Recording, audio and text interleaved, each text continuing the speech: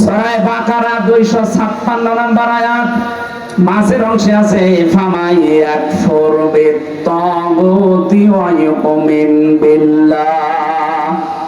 রাব্বুল আলামিন বলেন কেউ যদি ঈমান আনতে চায় তার প্রথম কাজ হবে সে যেন তাগুত ছেড়ে দেয়।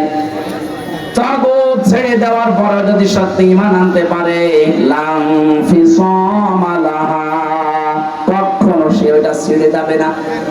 এমন একটা মজবুত রশি সে ধারণ করেছে অবলম্বন, জীবনও ওটা ছেড়বে না। শর্ত হচ্ছে তাগুত আগে ছাড়া লাগবে।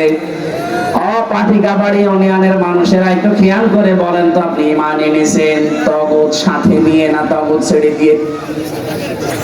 আপনি তাগুত ছেড়ে ঈমান আনলে আপনার ঈমান হতো পাহাড়ের মতো শক্ত। তাগুত ছেড়ে বাংলাদেশে যারা ঈমান এনেছে 15.5 বছর তাদের উপর স্টিম রোলার চলছে, এরপর পলাতে পারেনি।